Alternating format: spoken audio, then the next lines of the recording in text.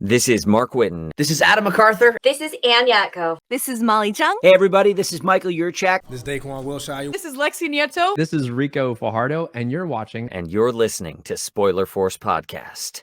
Set your heart ablaze.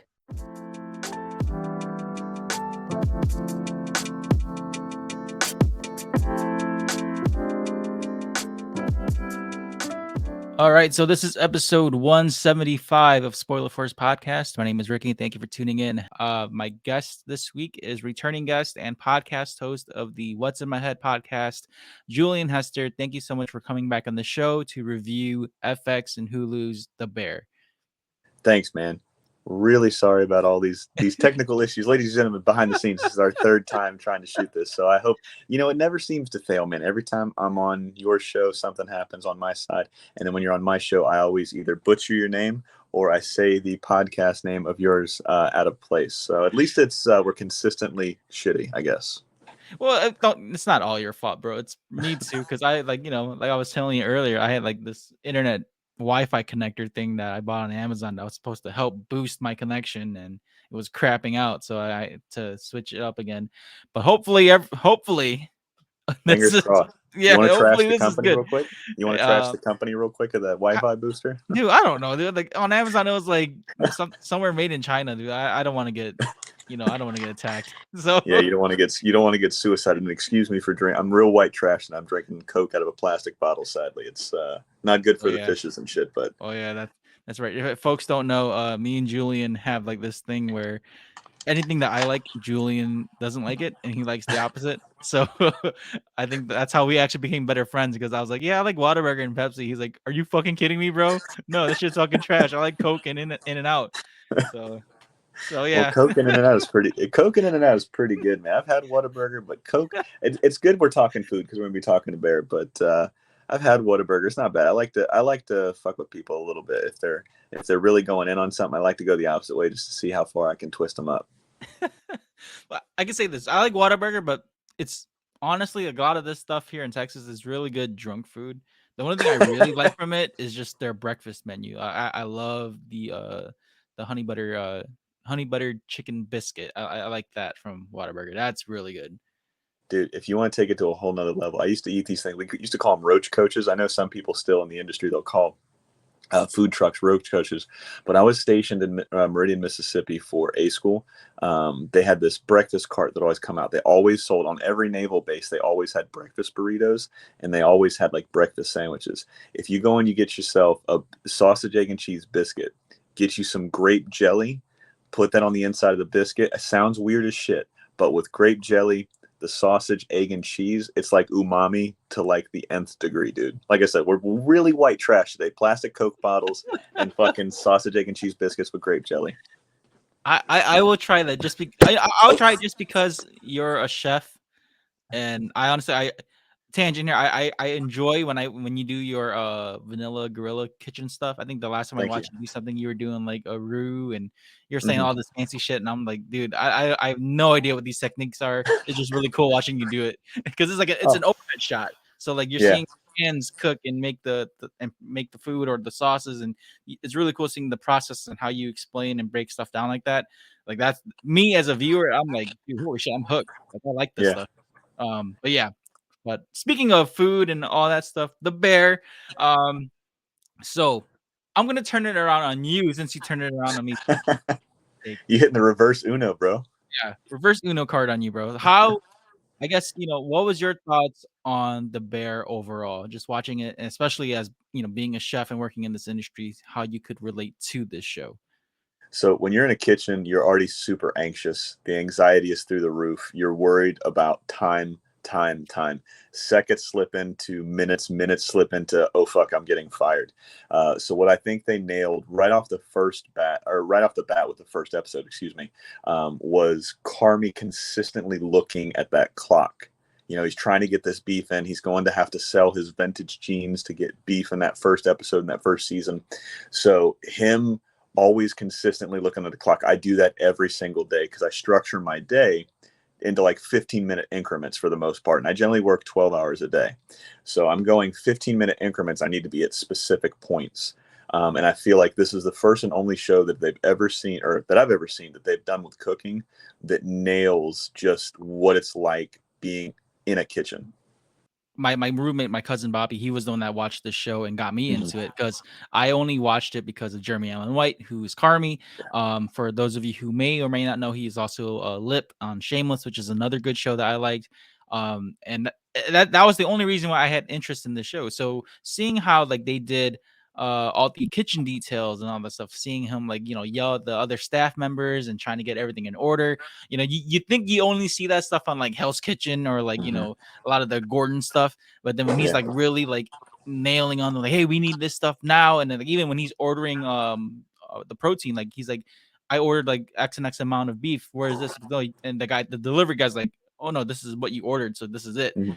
So they had to get like bone-in beef and like, yeah, I forgot what it was, but he had to like cook it to where it can fall off the bone and they Yeah. don't waste any meat. So like all of those little details on in this show is what makes it so interesting, for especially for viewers who, you know, you don't need to have like a lot of experience in the kitchen to like appreciate what they're showcasing. But I've seen videos where like chefs talk about like, yeah, you know, we do this exact thing. You know, there's like habits in the kitchen that they show in the show that we do in real life, like when he's drinking out of the plastic container. You know, apparently a lot of chefs do that too. You know, they drink out of the container instead of like actual cups. Yeah, I'm actually looking because I just had one in. I just had one in here. We call them delis, and if you ever go to like, for most people, if you go to say like a Chinese restaurant, you get them in like if you get like a wonton soup or an egg drop soup. Those are the containers that we always drink out of. We store all of the food in because it stacks neatly, and then you can label it really pretty with tape. So you, like you said, you look polished. And something I wanted to hit on. It's funny because watching this show, I feel completely different. And I know we're going to talk, you know, we won't talk specific episodes and stuff. We'll talk character, story, plot, yada, yada, yada. But one huge difference from like the first season to the second season I noticed was not only them progressively bringing that anxiety. Like I said, I've never felt more anxious watching a TV show in my life because it felt like I was at work. I was supposed to relax and supposed to have a good time watching this, which I did, but I also felt like I was right in the kitchen with this guy. But like I said, what I like about those delis, stack's great. Some of the best cold water you could possibly get comes from those, especially when you're sweating your ass off on the line. So yeah, but going back to the previous point, the first season and the second season, the only thing that I did not like about the entire series was in the second season when they would yes chef everything. Yes chef when they're out in the apartment or their apartment and their workshop and dishes. Yes chef behind you chef. That shit doesn't happen, dude. You say yes chef in the kitchen and that's it. And there's only one. It's a thing of respect, like he mentions in the first one. You know, he calls everybody chef because that's what everybody should be working towards. But it's just like it's not realistic. You know what I mean? Yeah, there's like the head chef, and then that's pretty much who you're acknowledging when you're saying that. Not everyone is like the head chef in the kitchen. So I think Yeah. that it's cool to like to address that in the show just for like TV sake, you know, for Mhm. entertainment purposes, because it is pretty catchy when like when me my cousin, we were like really invested in it. We would like cook in the kitchen and like corner, you know, behind you. You know, let's say like shit like that in the kitchen, and then we have like this little ass kitchen, so we're always just like fucking around. Uh-huh. So like we'll do that, or like you know, just these little habits, like if we disagree on something, and then like my cousin will fuck around like, all right, yes chef, you know, like it just change something else. So it's like it's just little dialogue like that that's really cool. But you know, compared to real life, yeah, I'm sure that's not the case, because I know Well, that, you know, usually there's only like the one main chef that you have to I guess approach like that. it all depends on the kitchen you're in, right? So, and I'm not shitting on anybody that works in the kitchen. So, like Denny's is going to be different from where I work at. I work in a very fine dining restaurant, and you got your chef guy at the top of the heap, and then you got your sous chef, and then you've got me. I'm a sous chef as well as the lead baker for the restaurant I'm at.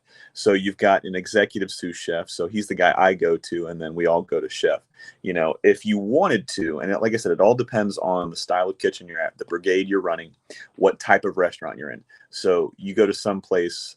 I was trying to think of like like probably the best restaurant that most people know. You got the French Laundry that Thomas Keller's, and most people know who that is.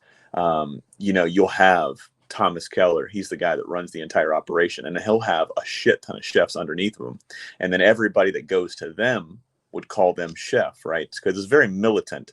It was based off a military brigade, so you had, successions of power, both up and down the chain of command, so it's just a hierarchy system. It used to be you'd come in, you'd start at the bottom. If you've seen Ratatouille, you pretty much know how a brigade works, right? You start at the bottom, you work your way up. Most people back in the day, you would literally work in the dish pit, washing dishes. You'd come in before anybody else. You'd stoke fires and start fires. You'd get the ovens going if it was, burning on wood. So you do have some of that old school mentality where it's yes, chef, yes, chef, yes, chef. And it is a sign of respect, because I'll do it to my sous. I'll do it to my pastry chef. I'll even do it to the line cooks that work for me or work with me, excuse me. I'll call them chef just out of respect, especially it's like one of those terms of endearment, especially if they do something really good, like right off the bat, or they nail a sauce or they nail a cook on something. Even it's like, God damn, chef, this is good. You know what I mean? So it's there to it's there to bump them up and praise them as well, if that makes any sense. Yeah, I like how you explained it. Like it's more of like a military hierarchy thing. That's a good breakdown. Like for someone like me who wouldn't know that's a good way to explain it. So, Yeah. for anyone who is looking forward to being a chef, these are some good points to get to know from Julian. So, but I guess since we're on this topic, man, like just seeing how Carmi ran his kitchen, man, like, was there anything that he did that you felt like maybe it was not correct, or maybe even I guess how can I word it? It's like, yeah, was there anything he did in the show that like you thought that wasn't true or correct to what you would actually do in the kitchen? Dude, I don't know, man, because I've only been doing this shit for like 7 years, 7.5 years. And I've been at this restaurant I'm at now for almost 3. If you count the first time I was there, I've been there for over 3.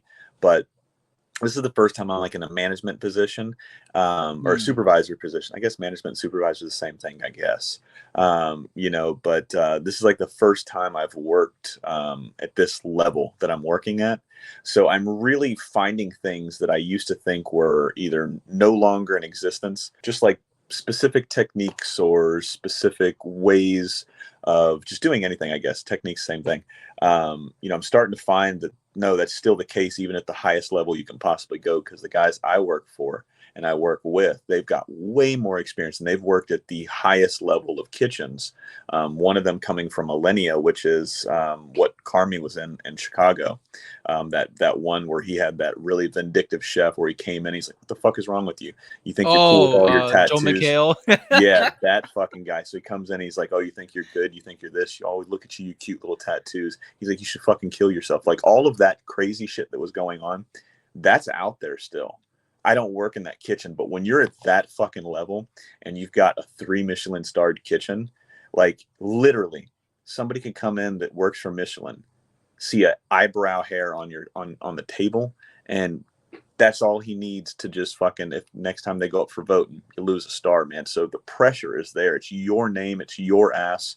It's looked down on if you lose a star. To some people don't give a shit about it, So to answer there's a long way of saying I don't really know. There's some things that I would do and I wouldn't do just because it's not practical. I mean, you were talking about you and your cousin, saying behind, or if you're mad, yes, chef, that type of thing.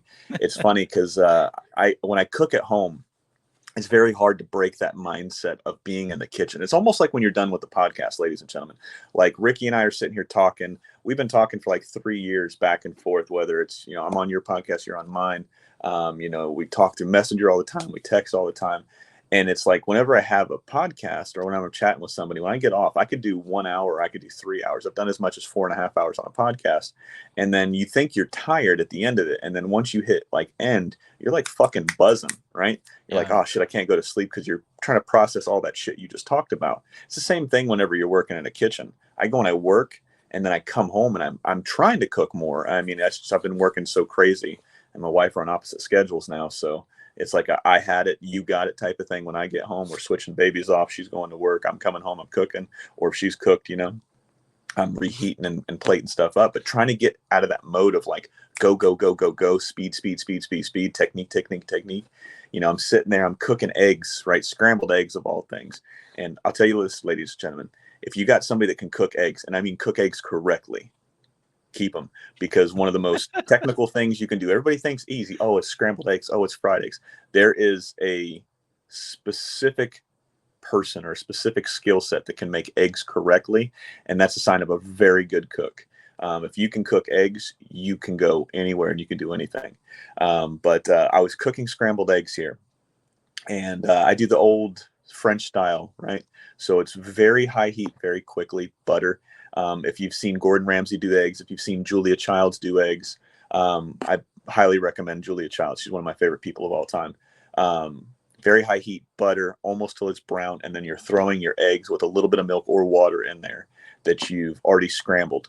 And then you're go, scooping and swerving as much as possible with a rubber non-spatula, or a heat-resistant rubber spatula in your non-stick pan. And then you're just making small curds, no color, right? So they look like they're under. Seeing something like that, and then my oldest son walked behind me, right? And I go to turn, and I'm not saying, I'm turning like I would in a restaurant, swinging hot is what you would say. And I'm getting ready to put fucking eggs on his plate. And then he bumps into me and I burn my arm. I'm like, dude, what the fuck, man? You didn't say behind? And he was like, I didn't know I was supposed to. And I go, oh shit, he doesn't work in the kitchen. But now he says behind whenever he's walking behind, because I burnt the shit out of my arm, Man, that's a good lesson for your kids to know too. Like, yeah, it sucked that I got near you when you're cooking. I guess that's like a father and something, because even my dad, when he would cook, like he'd go off on me. Like if I'm even near him in the kitchen, he's like, dude, back the fuck off. Like you're gonna mess up whatever I'm doing, and I don't want you near me type deal. Like that's how my dad was. Oh man, I'm the complete opposite. It's like, it's funny because I've got patience. I've got very little patience for a lot of things, but I am very cool, calm, and collective when I'm trying to cook and when I'm trying to teach somebody to cook. Because you had hit on a point earlier when we were talking that you like seeing all of the things that I do on Vanilla Gorilla Kitchen, which I really want to do more. It's just I do not have time at all to do them. I mean, working 12 hours a day, and then you're coming home with a 4-month-old and a 2-year-old, and then you've got an almost 14-year-old that's got to get to karate, and then you've got to come home, you got to get baths and all that shit. It's almost impossible to want to cook, right? Which I usually do on the weekends, but even then I got to make something quick because I got a fucking 2-year-old screaming at me that he wants a snack, and a 4-year-old that wants to eat when she wants to eat, But some of the easy things I do, I think everybody should know how to cook. At the very least, like a couple good things, and you can build from that. I always tell everybody, like, with repetition, speed comes. Because whenever you get somebody new in a kitchen, all they want to do is go fast, because that's what they see everybody else is doing, right? But they didn't see the fucking years that it took, the cuts that it took on your hands and your fingers, or the burns you had to have that repetition up. So when I'm teaching my son, like, I want him in the kitchen because that's what my mom did. Like, I'm the only kid from my mom that actually knows how to cook. Like, a lot of them have started to cook a little bit, and they're always asking me dumb questions. And I send them Google links to recipes, or I send them my videos and I say, just watch this. I don't have, I don't really have time to break down an entire process for you. But when like I said, when it comes to my kids, I want to make sure that they know, hey man, this because you never know. You're not going to have anybody to support you, really. You might be on your own for a little while. So you need to be self-reliant. It's that whole teach a man to fish type of thing. But yeah, I'm super opposite when it comes to people in the kitchen.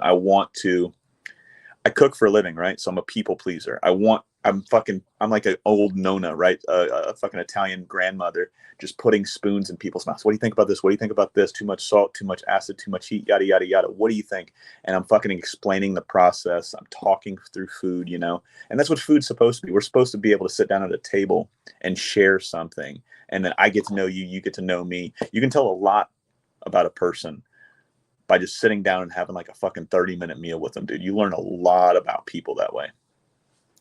Yeah, I tend not to do that. I'm very self-conscious when I eat. So Really?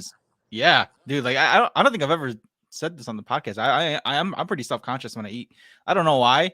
It's just like I hate the idea of like people looking at me when I'm eating. So I scarf the food down and I'm out. So. You ever seen Major Pain?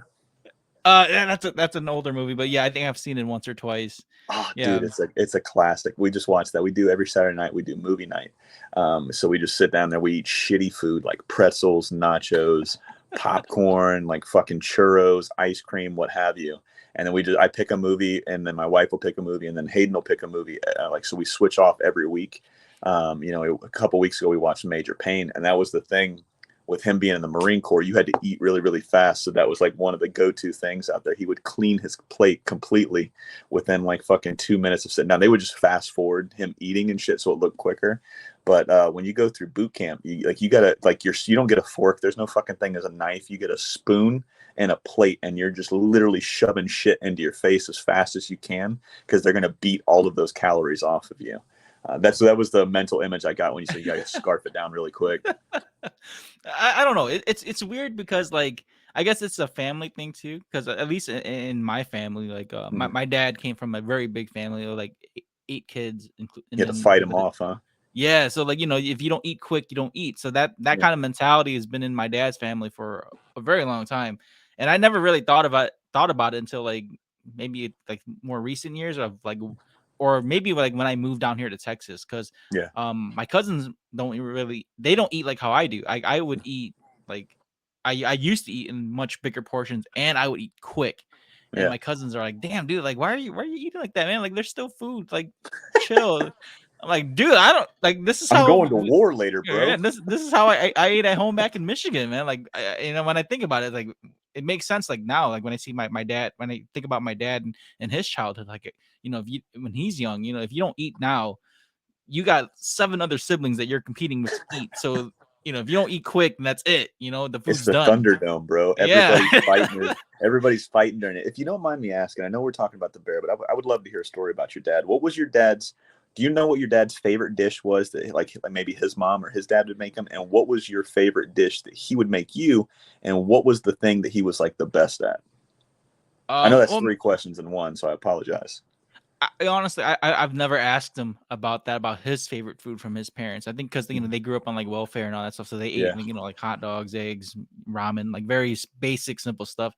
And I think when it comes to my dad, I think that's what it is, because like he'll when it really comes down to like if he really wanted to eat something that he'd enjoy, it's honestly just like fried eggs, ramen with like boiled hot dogs, like very, very, very simple shit. And so when it comes to him cooking, he worked in a Chinese restaurant, and he was like in high school. So he learned by observing the chefs like how to cook and how to make like actual dishes. And so that's so dope. Yeah, like, and the thing is, he never asked them. He just watched what they do. Like he'll sweep the floors and then kind of like peek over their shoulder and see what they're doing. So he kind of like picked it up from there.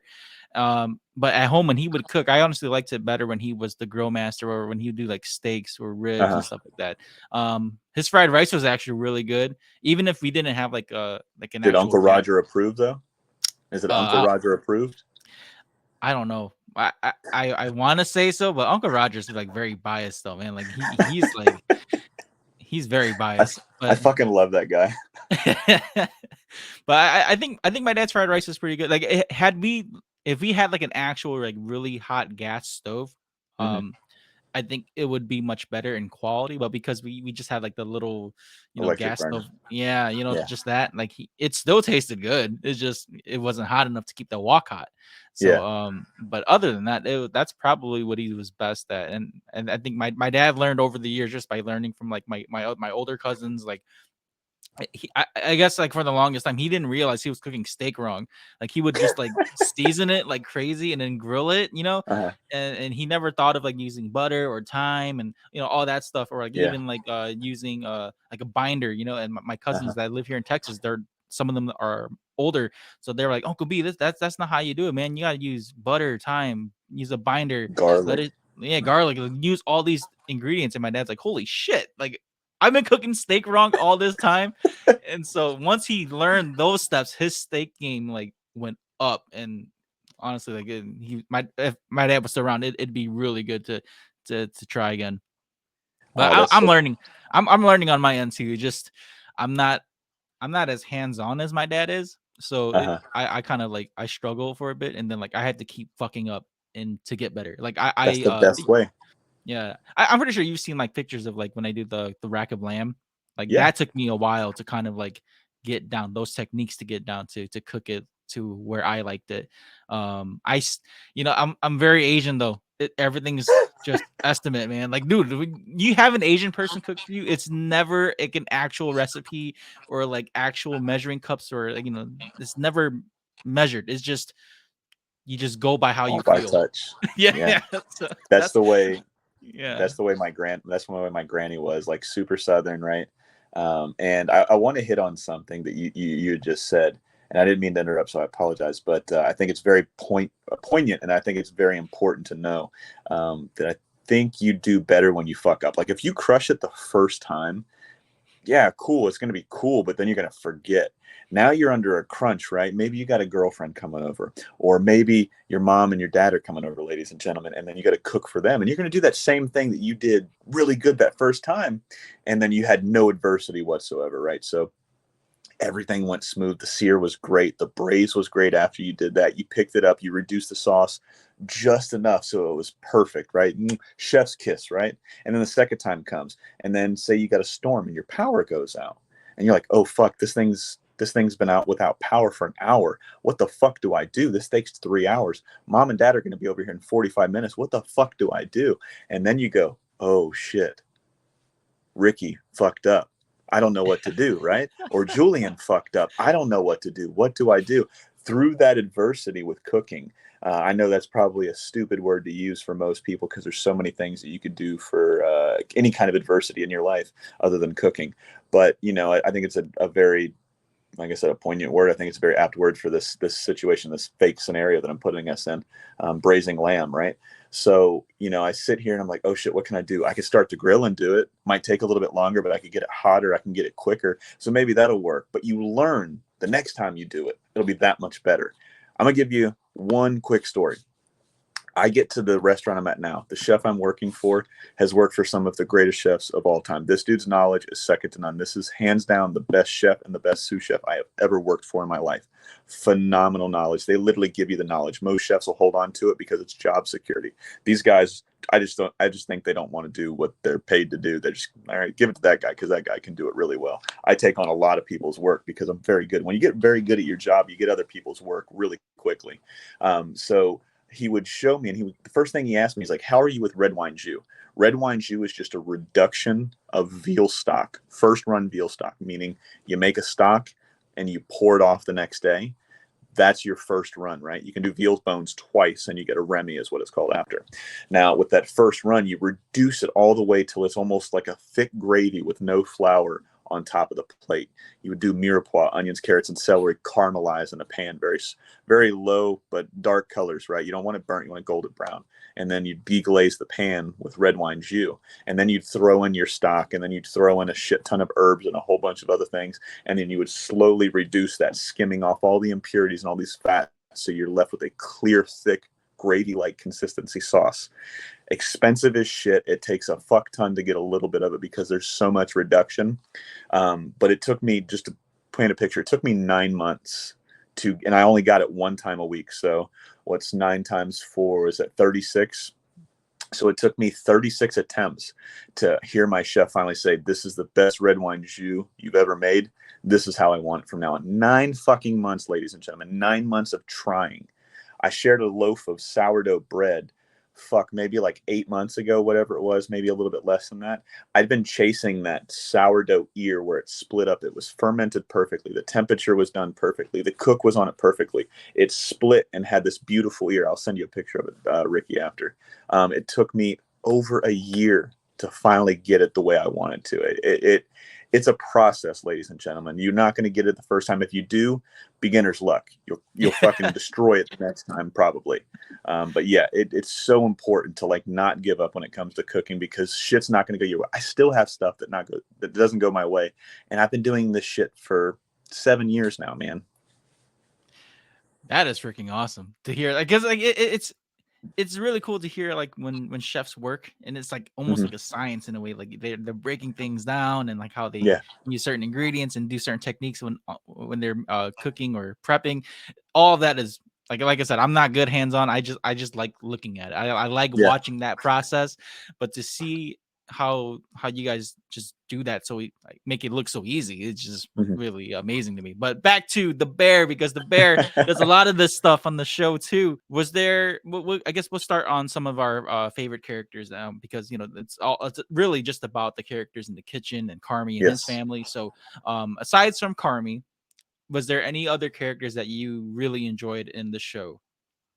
There was 3 in particular that I can point to. The number one being Richie. I think he's everybody's favorite. I love Fack as well. That's Matty Matheson. That's the chef. The guy's an actual chef. He's the guy that I don't know if he created the show, but I for sure know he was a consultant on the show. So you can find him out. He's a Canadian chef, and he's responsible for like all of like the inside baseball / chef knowledge that's thrown out there. It's coming from him. And then the other guy being, I think his name was Marcus. He was the pastry chef, or would be. He ends up being the pastry chef. He's the guy that's doing the donuts throughout the first season. Goes over to Copenhagen, makes me want to move to Copenhagen now and live on that boat, and go work for. I think everybody on the internet's calling him the hot chef, but he played Adam Warlock and MC. Yeah. I can't think of his name right now. Will but Powder. Yeah. You know what's crazy? Did you know that dude was really British?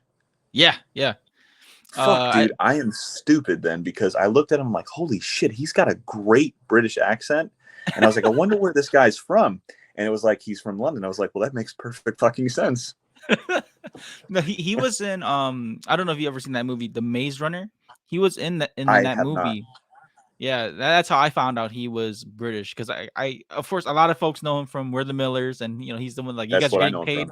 So so I think it was either after in that movie or maybe some other movies after. Like, he was in The Maze Runner. He plays in the first movie. He was, because it's a trilogy. In the first movie, he's one of the antagonists, and then like as the movies progressed, like I was watching like a lot of the behind the scenes stuff, and as he was talking, I'm like, holy shit, so he's not American.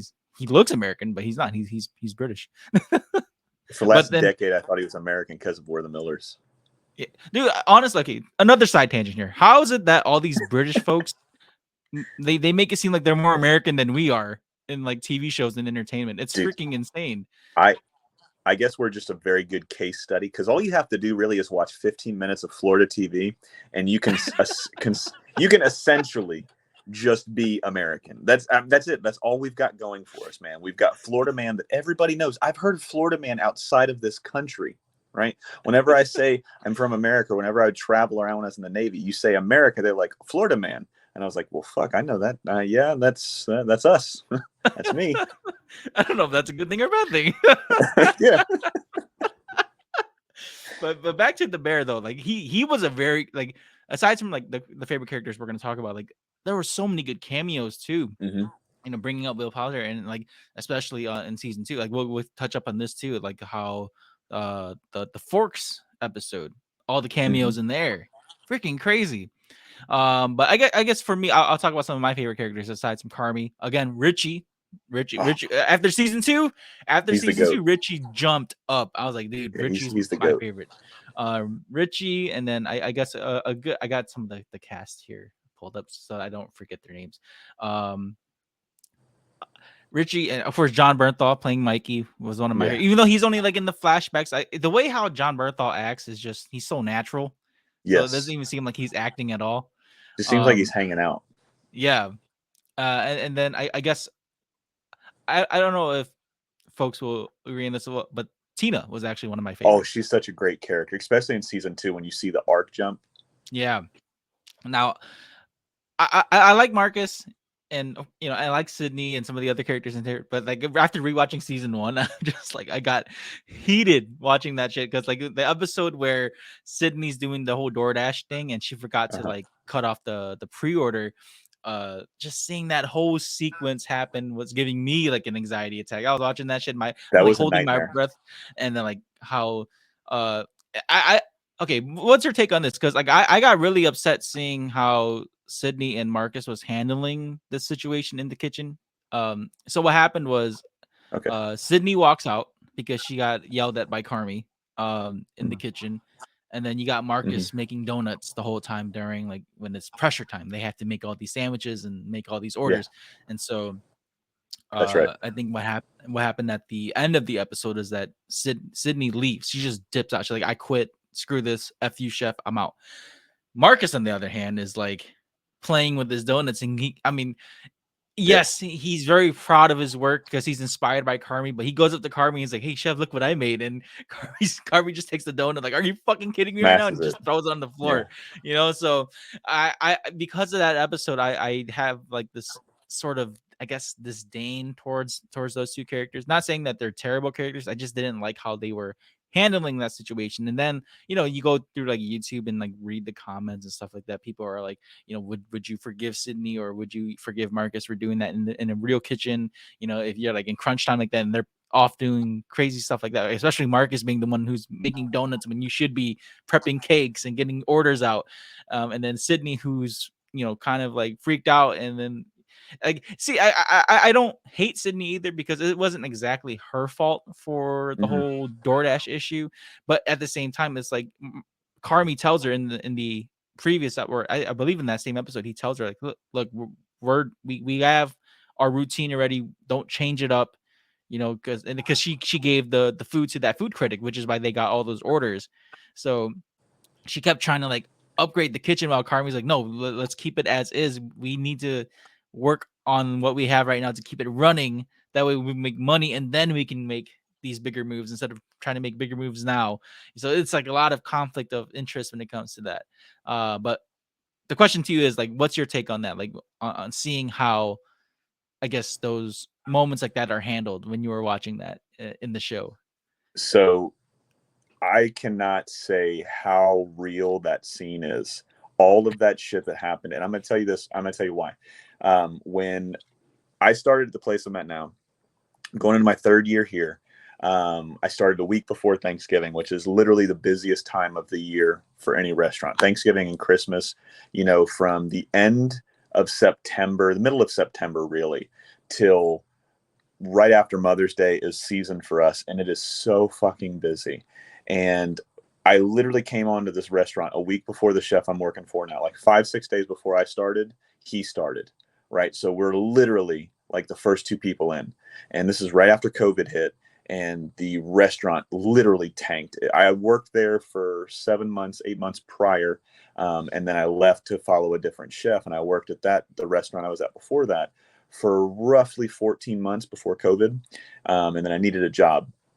Came back, the restaurant just went to shit. It wasn't taken care of. COVID, like, really, it was on its deathbed by the time we got there.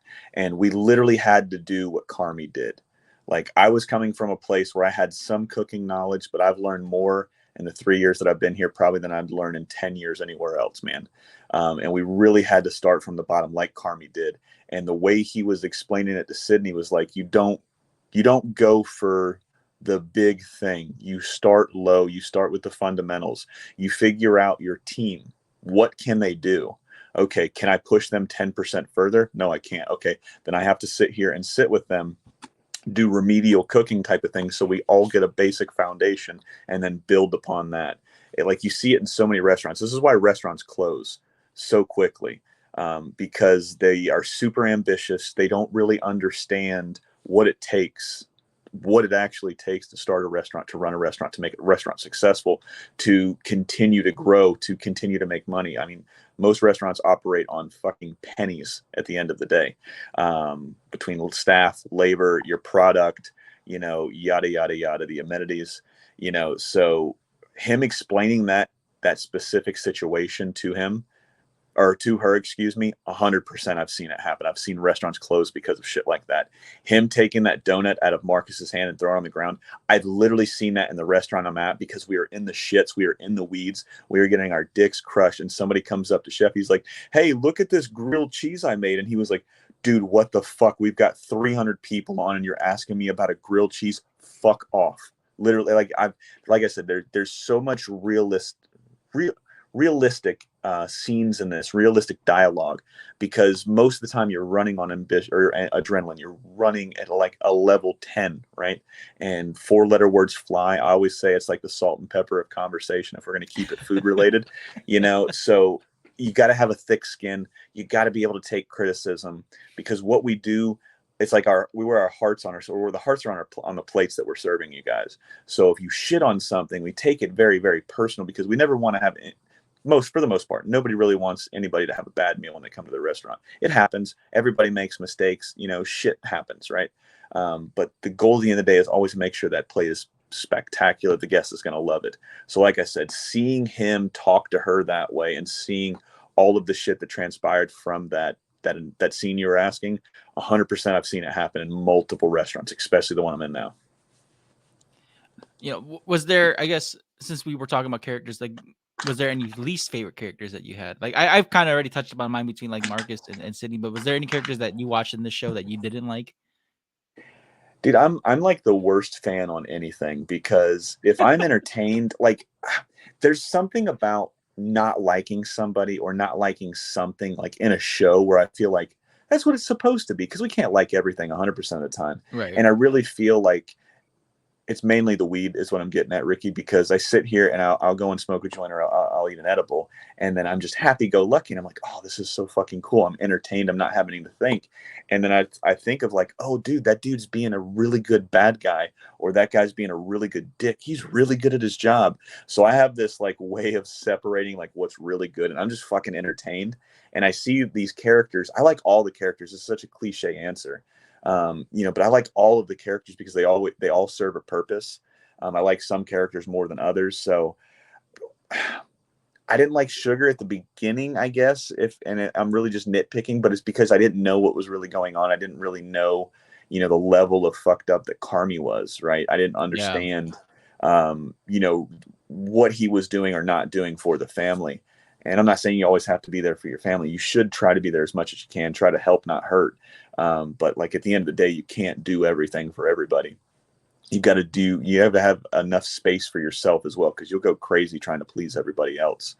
I guess Sugar was maybe one of those people. But even then, like once they flush out that character, I'm like, oh, I understand her motivation. I understand her worrying. I understand why she thinks the way she thinks.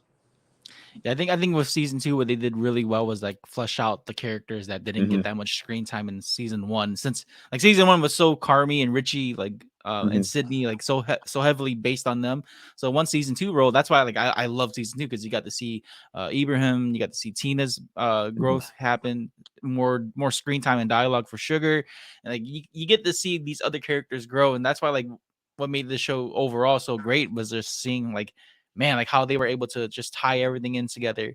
Like from the end of season 1, how it started, how it ended at such a high note, versus like season 2, where it just like, man, it got dark at the end of season 2.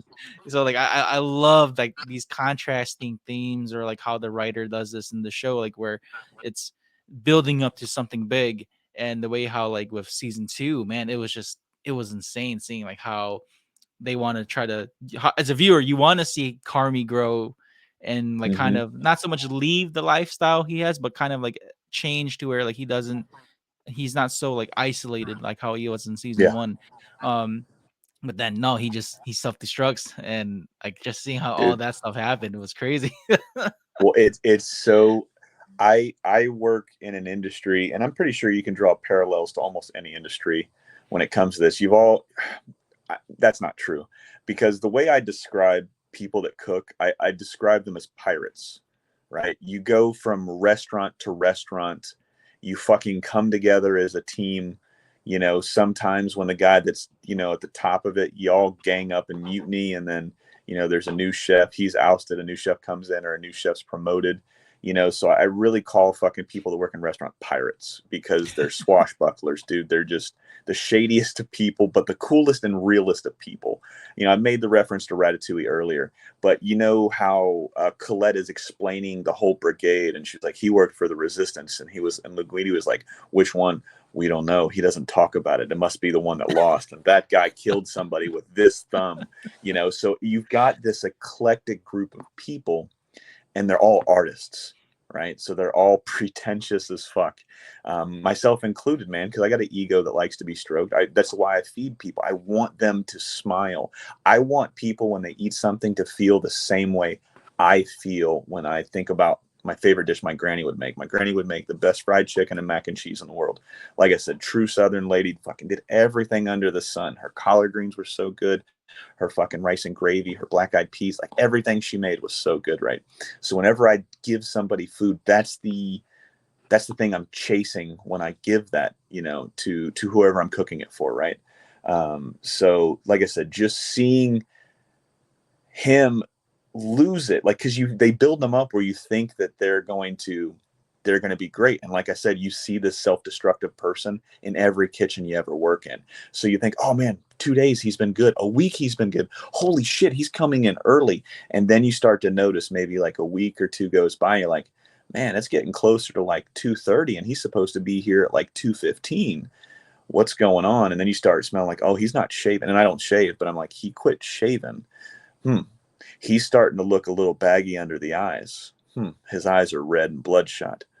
He's starting to smell like alcohol again. He fucking went, God damn it, this guy fucking reverted back to his self-destructive nature like Carmi did, right? You see it so often. And I think that's why people connect to this show, is you remember that movie with Adam Sandler? Oh, shit, what was it?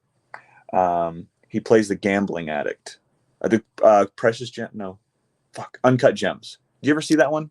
No, I have not. I heard like a lot of mixed reviews on it, but yeah, I know which movie you're talking about, but I have not seen it. Dude, it's on Netflix, I believe. Check it out. Just how you feel anxious about, like, I've had nightmares with that printer sound going off and off and off and off and off, like it was in that first season. I've had nightmares to that tone. It was like I was in a fucking dubstep music video. I don't know, but it's just, and I'm like, oh my God, please kill me now. But it's fuck, I lost my point. What were we just talking about? The self-destructive nature of like. Oh, thank you. But you see that, right? That is such a common thing in the kitchen, because like I said, a lot of drug addicts, a lot of alcoholics, because we work such late hours, we work such weird shifts that, the people we work with generally become our family. And then most of the time, family won't tell you you're fucking up until it's too late. So you see like that Carmi, you see a Carmi in every single kitchen. You see a Richie sometimes in every kitchen. You see a Sydney, you see a Marcus. These characters are so fun, and people love the show so much that don't work in the industry, because they are real relatable characters. And that's what Uncut Gems is like. You watch him go through the throes of gambling addiction, and it makes my stomach sick, or it makes me sick to my stomach when I watch that movie, because I'm like, oh fuck, he's betting everything. His wife is going to kill him. How could he do this to his kids? Same thing with Carmi and the kids, man. It's real. That's what it feels like. I wanted to touch up on the point that you said about Sugar, like how like she's constantly checking up on Carmi, at least in the first season, where she's like, are you going to your not AA, meetings, but it's like are you going to your meetings, and like trying to work out like grieving and stuff like that, because again, in this show, Carmi only picks up the restaurant because Mikey dies, or Mikey commits suicide. So that's the only reason why he's back in Chicago and working at this like low level restaurant, because he was like from like New York, and he worked at all these fancy restaurants. He built a name for himself just to come back and try to save whatever he had left of his brother. And I thought that this familial like tie-in and theme that they had in this show was great too, because you got to see like how dysfunctional Carmi's family is. And it's not just Carmi, but it's also Sugar. It's also Richie. It's Donna. also his mom, Mikey, his uncle that gave the money to Mikey. So like how crazy his family is. And then to where in season 2, in episode, I believe it was episode 6, where it was the Forks episode, and you see them have Thanksgiving or Christmas dinner together, and you kind of see like, and shout out to Jamie Lee Curtis, man, because she killed that role in that episode. She crushed. And just seeing her like cook in the kitchen by herself, and like how she was going off on everyone, like, don't touch this, Carmi, look at the clock, make sure you put this in at the right time.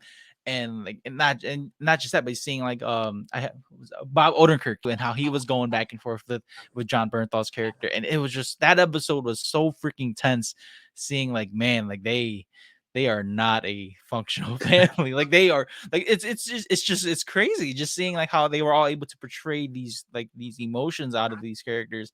And like you see you know, again with these little details, you got to see like it's around the time before Mikey actually commits suicide. So you see him like talk to Carmi about like, hey, you know, we're gonna do the restaurant. Carmi gives him like the name of you know, the bear that he wants to run.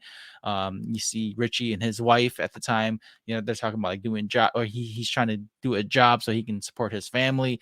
And then you see like Donna go off on Sugar, and like you see why like Sugar is not so confrontational, or she doesn't like speak up as much compared to season one, like because she was always getting torn down by her mom. And it was insane just watching that episode, because you get to see where Carmi gets all of this from, like where his self-destructive nature is from, and it's from his mom. It's really a nature versus nurture type of thing when you think about it. And another thing, and I hate to keep hitting on it, but it's real. I guarantee you know a family or a friend that has a family that's like that. I mean, fuck, some people that are listening might feel like that there's aspects of that family dynamic that I grew up with, you know. So it was like Thanksgiving was always super stressful in my house because my mom had to cook for everybody. Everybody was coming over to my mom's house, you know. So it's like a stressful environment, and most adults don't know how to, myself included, don't really know how to problem solve with emotions and shit. You know, most of the time it's like either happy or sad or happy or angry type of thing. And when you've got all of that stress, you're cooking for everybody. And like I said, nobody wants to make a bad meal because you're literally ingesting what I'm giving you. And the last thing you want to do is make somebody sick. So you're already at a heightened level already. And, you know, like I said, seeing that whole interaction with them, I'm like, I've been over some of my friends' houses and I've seen worse. It was definitely like a really good, like again, shout out to all like the writers and producers for that specific episode, man, because like that was like rewatching some of those scenes, man. It really made me like just wow, like seeing how real they made this episode. Like, Can you imagine if that was one writer? Can you imagine if that was one writer that wrote his Thanksgiving into reality or into this fictitious world? I would not be surprised. Like honestly, I would not be surprised. Like I'd be sad. It's crazy enough to know like a lot of like the things that we watch in entertainment stuff like comes from or is inspired from like actual events in people's lives. Yeah, it's like there's people who actually lived through that, and they were able to actually like make it on film or on paper or whatever, and they just put the entertainment spin to it. So like as viewers are watching, like, oh my gosh, this is like so crazy, but really like to someone who's gone through that is like, oh my god, this is a fucking nightmare. You know? So I can't agree more, man. So what did you think of like just seeing I guess just the growth of these characters? You know, we talked a little bit about Tina and Ibrahim. Like I thought that one of my favorite moments was with Tina, especially, is like how you see initially how she's calling Carmi Jeff, just out of being petty. You know, she's like, yes, Jeff, instead of yes, chef. And then like in season 2, you see this evolution of her character where she's more respectful, and then even to where Carmi shares his knives with her. And like you kind of see like she kind of brightens up more, and she's not so like so mean. So I keep putting my own baggage into this show because, like I said, these characters are so real. I have a lot of similarities with Tina. The restaurant I'm at now, when I came back after COVID hit and we all got sent home, I was extremely jaded about how I got let go from a place I was at previously. And I was, like I said, I was there for 14 months. I put in long days at this place. You know, I'd come in when they needed me to. I'd stay late when they needed me to. I would cover shifts. I fucking worked for this place. And then how they got rid of a lot of us when COVID hit was just so disrespectful. So I always said I would never come back to the restaurant. They got to the point where we found out we were pregnant with our second child at that time, and I needed to get a job. I needed a job bad. And the only thing I've ever been good at was cooking. So I go to the place I'm at now. I'm like, hey, I really need a job. Please help me, type of thing. And I get the job, and then same thing. I'm working for a chef, and then I was very guarded like Tina was. I would not open myself up. I would not be good with criticism, and I would take everything that anybody told me to do as I would literally say, are you fucking with me right now, or is that what you really want? Because I was so worried about losing my job, and I was so worried about opening myself up again. The last thing I wanted was to be hurt. right? I did not want to be taken advantage of again, like I felt like I was with the restaurant, So seeing Tina go through that watching that first season with Tina in particular, where you start to see her earn the respect. She starts by, he took her favorite pot, then she took his knife and fucking threw it on the ground, which I'm telling you right now, it's one of the most disrespectful things you can do, because we spend hundreds of dollars on one knife. I have one knife I have now. It's called a nigiri, and it's a Japanese style knife, right? And it's mainly for vegetable preparation. But I love it. The one I have is a utility knife. I use it for everything. I sharpen it like once, twice a week to make sure it's razor sharp. I love this knife. Somebody touches your knife without asking, it's disrespectful. Now, we all have these people that we work with in any job. Like, you don't have to ask for anything, man. It's your family, bro. Come over and grab this, right? But there's other people that need to learn like the pecking order type of thing. You see somebody come and snatch your knife, I might have to put the pause on you type of thing, man. Because like I said, it's just a disrespectful thing. So her throwing the knife on the ground underneath the low boy, which is the cooler, so disrespectful. And then you see her in the second season grow and then start using the techniques that she learned in the restaurant at the culinary school that they put her up to. I was just like, holy shit, the character growth in that, right? I saw that same growth in myself. And I don't mean to keep putting my own self in this, or my own baggage in this, but I associated with that character so much because of what she went through and then what I went through as well. Yeah, and again, that's what makes, that's why I love the characters in the show. Like, again, I guess it's not easy to say like which ones we like disliked. I mean, there are moments where we dislike characters, but overall, the characters in the show, man, like, again, we said it before, but like there's just a lot of different ways you see each of them grow, and like, Yes. from Tina doing this to Marcus going to Copenhagen and learning, and you see Ibrahim, like he quits and then he comes back, realizing like, this is what he wants to do, and then again, especially Richie's Yes. character growth was one that it wasn't something that it was like predictable, like, but I knew that his growth in this show was going to be vital, and you kind of see it like where when everyone's under pressure, Richie's able to still work under that Yep. pressure. Yeah, Even in he the stepped beginning, up. like even in the beginning when they're like, "Let's make the spaghetti. This is what sells." Make the spaghetti, and he's really good at like talking to people and interacting, and then also like keeping the pressure on, or keeping a cool head during the pressure. Like you see, especially in the finale for season 2, like where Yes. Carmi and Sydney started to choke. Like Carmi's locked in the freezer, Sydney's, her mind's going blank. Richie took over and he helped Crushed the kitchen it. out, and they had a great first night. And that's what I really loved about his character, is that you see that, yes, he is very blunt, he is rude at times, sometimes he is very selfish, but at the end, when it comes to the restaurant, especially for Mikey's restaurant, he loves that place. He loves helping them out in the kitchen. He loves working with Carmi, and I love that like relationship between Carmi and Richie, because even though they're not like family, the whole They're like cousins, shout. bro. They're No, cousins. yeah. Well, yes, they're cousins, Yeah. and but like I love that, because even me, my cousin, my cousin Bobby would like say that, like, cousin, like, what the fuck are you doing? Like, it's a lot of things that this banter between them that I love, especially like when they were doing the whole birthday thing for their uncle.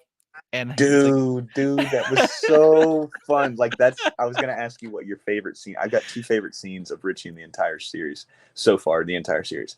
It's him going out when they're opening up and they're doing the video game, like the arcade thing, and people are fighting out front, and then Richie literally goes out there and unloads 3 fucking clips in Chicago, in the middle of Chicago, in the middle of winter. And what's crazy, no cops come. At least I don't think cops come. And I was like, well, this makes sense because this is Chirac, right? This is like fucking Iraq and Chicago. This shit happens all the time. Everybody's doing desk pops. Everybody's shooting guns outside somewhere in Chicago.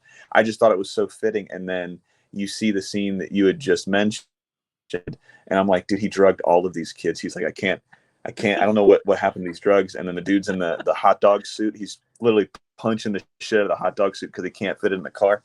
That whole sequence, dude. I love Richie for those 2 shows, or those 2 parts in particular.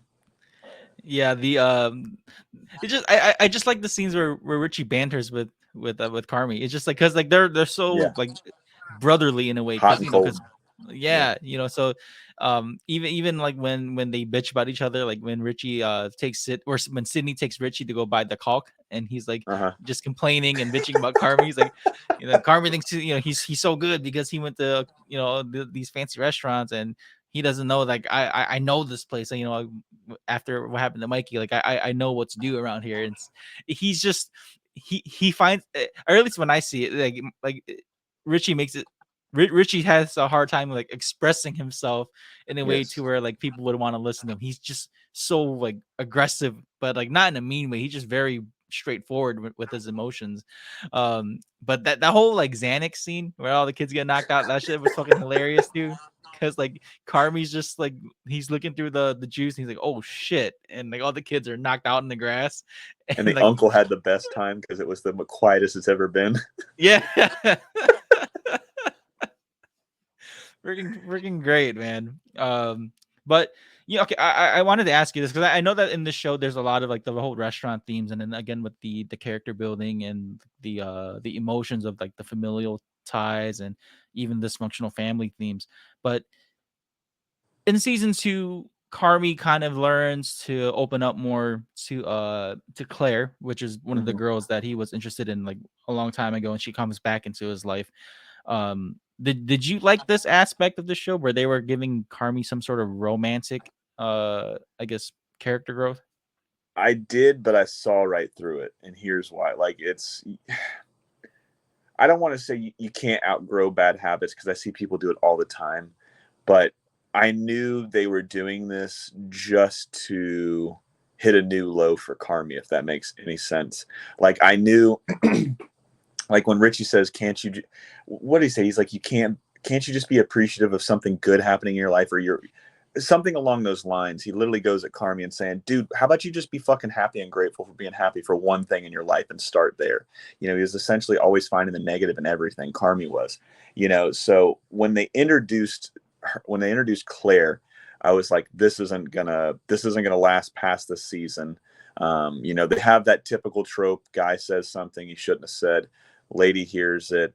They break up. He said, she said, and then the next season they spend it like trying to mend the fences. So I knew once they introduced her, I was like, this dude's not made. There's just some characters out there that are not made for happiness, and Carmi is one of those characters that just, he'll never be happy, for one, and then two, the people that are controlling his world will never let him be happy inside the bear. Doesn't make for good TV. Yeah, I saw like a lot of people were like, I guess in a way complaining, or this was an arc like they didn't really enjoy, seeing like Carmi trying to grow and be, in love with someone, and it kind of like took away from his honestly his restaurant life and his business, seeing this growth of his character. But like I initially I liked it just to see like this different side of Carmi, where like you realize how awkward he is outside of the restaurant. Like when he's not working, he doesn't really know how to interact, or he doesn't know how to talk to people. He's very weird. That's how it's really like being in the kitchen. I promise you. I don't know if you've ever had any cook friends that you hang out with on a regular. We're a very awkward group of people. It's just seeing how he was like interacting with Claire, and then like up until where the finale happened, and and I love this shot though, like just seeing how he's in the fridge because he got locked in. He's just pacing and he's in his head, and then like, when he thought he was complaining to Tina about, Claire hears it. I'm paraphrasing the line here, but he's like, I'm not meant. He's like, I'm not meant to like, to be happy, or I'm not meant to like to entertain, and I don't need to be entertained, and I don't need to be happy because all these things is not like worth how I really feel. And he kind of like just starts spewing out like some hard ass truth, not realizing it was Claire behind the door, and she hears that, and then she dips out, and that's where you get the amazing scene between him and Richie where they're arguing with each other. And I love the shot where the freezer door is what splits them apart, but the camera pans out and you see them both on the screen. And when Richie has a good night, he's like very energetic, but then he goes to Carmi, who is having one of the worst nights of his life. He's like you said, like he asks him like, why can't you just have something great for yourself for once in your life, be happy? And then that's when they start going off. And this watching this felt like super real too, like how they were arguing. Like it seemed like family arguing, because when when Richie's like instinctually just like, okay, Donna, he calls Yeah. Carmi Donna, He calls and him I'm his like, mom. dude, like that, you can tell he didn't intend to say it, but it slipped.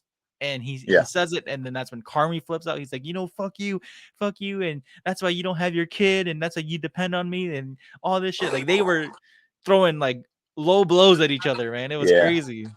They were really trying to eviscerate each other, verbally.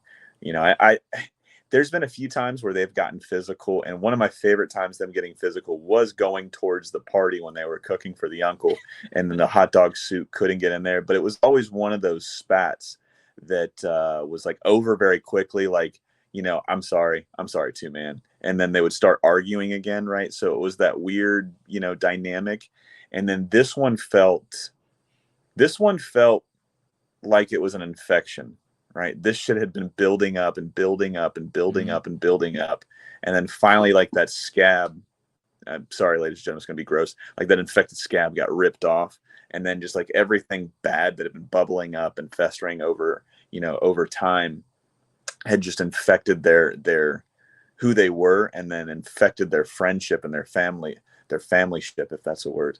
But their friendship for sure. And then you see them, one starts it, and then everybody's like, all right, well, I'm going to hit the nuclear option. Oh shit, he hit nuclear 2. I got to go to nuclear 3. And then you start seeing, hey, you're just Donna. And then, hey, that's why your kid's not with you. It's like that was like intended for the final blow. That was like the fatality if you're a Mortal Kombat fan, ladies and gentlemen. Yeah, it was really sad and heartbreaking watching that. Like, because we've seen this growth of Richie, where Richie's like really appreciating the restaurant business now. He just got done doing the forks and all that stuff at the fancy restaurant, learning how to serve, and then it just really sucked for Carmi. It wasn't really his fault either, being locked in the fridge or the freezer, and it's also like, oh, it is his fault because he didn't get the fucking door fixed. But he it just shit happened that night. What was supposed to be his best night for an opening night, it went to shit for him. And then just to see how everything bubbled up, and like you said, they just went at each other, and the way how the show just ended off in that note, like just very dark and very grim.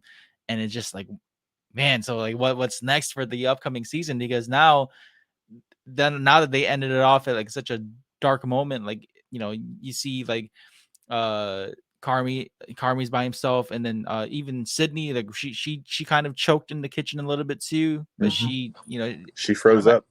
And I mean she's still, I don't think her development at the end wasn't too bad. Like it's just more so like she realized she couldn't handle that pressure. Yeah. And then seeing like how even when Donna came back at the end of the finale, like that raises a lot of questions too, because is Jamie Lee Curtis going to come back in the next season or something? And then you see like fans or viewers know that Sugar, she's pregnant as well, and then her mom found out because her husband told them. And then it's just, there's a lot of what ifs or what's going to happen next in this next season for the Bear, and I'm just like super psyched for it. It's hard. I don't want to theorize too much either, because like I feel like if I theorize and then it's like you're just, when the next season comes, you're just watching it to see if you're right or wrong. I want to be more like surprised by it.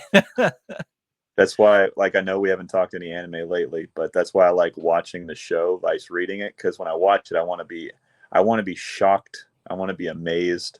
I don't want to feel like, he's getting ready to die. Right there. And I'm like, it kind of takes. I don't know, because it's always weird, because I like reading the books more than I like reading the books before seeing the movies. But when it comes to like manga and shit, I was like, I really want to just be captivated on the screen and not be taken out. Was there anything else about the Bear that you enjoyed, man? Like I know we touched upon a lot of things too. So was there anything else that you enjoyed about this show? I loved the interaction between Fak and Richie, especially in season 2.